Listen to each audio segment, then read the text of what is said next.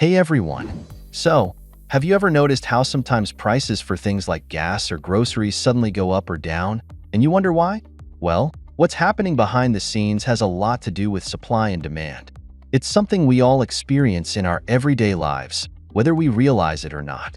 And the more we understand it, the more we can make sense of how the world works, especially when it comes to our money. Now, here's something a lot of people don't know. Supply and demand doesn't just apply to things like products or services. It also affects things like wages, housing prices, and even things like the stock market. So if you're someone who likes to keep an eye on your finances or make better decisions when it comes to budgeting, investing, or even negotiating your salary, knowing how supply and demand works can give you an edge. Today, we're going to break it down into simple steps. We'll talk about what supply and demand are, how they affect prices, and what happens when there's an imbalance between the two. Okay, let's start by talking about what supply and demand really mean. Imagine you're at a farmer's market and you see a stand selling apples. The more apples the vendor has, the more choices you have, right? So, let's say they have a lot of apples. You and everyone else might not be in a rush to buy them because there's plenty to go around. When supply is high like that, the price usually stays low because the vendor wants to make sure they sell all the apples before they spoil. But what happens if, next week, there's a bad storm and the apple crop is ruined? Now, the vendor has fewer apples to sell. Fewer apples mean more people competing to buy them. So what do you think happens to the price? That's right, it goes up. Less supply and the same amount of demand equals higher prices. It's really as simple as that. And supply and demand don't just affect small things like apples. Think bigger. This same concept applies to things like housing or even cars. Have you noticed that when there's a housing shortage, rent prices skyrocket? That's because there are fewer homes available, but the demand stays high because everyone still needs a place to live.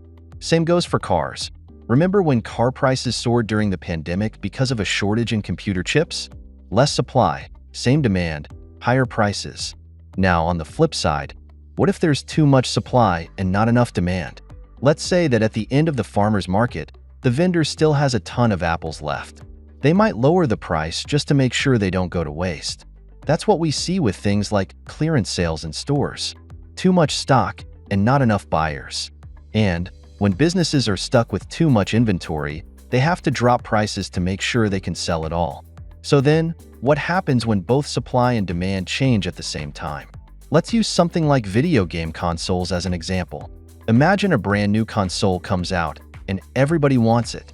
Demand is sky high, but the company only made a limited number to start with, maybe to test the waters or just because of manufacturing limits. So what do you think happens to the price of that console, especially if people start reselling it online? Yup. It can go way above the original price because now we have both high demand and low supply. And that's when prices can get out of control. Whether it's apples at the market, houses, or even video game consoles, supply and demand are always at play. And understanding how this works gives you a little more control when you're making financial decisions. If you're aware of these factors, you can plan your purchases better, invest smarter, and even negotiate more effectively, knowing when it's the right time to buy or hold off. To wrap things up, supply and demand are really just two sides of the same coin.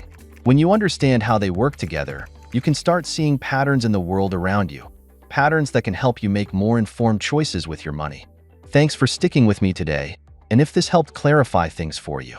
So, what's something you've noticed in your own life where supply and demand came into play? I'd love to hear your thoughts, and I'll see you next time.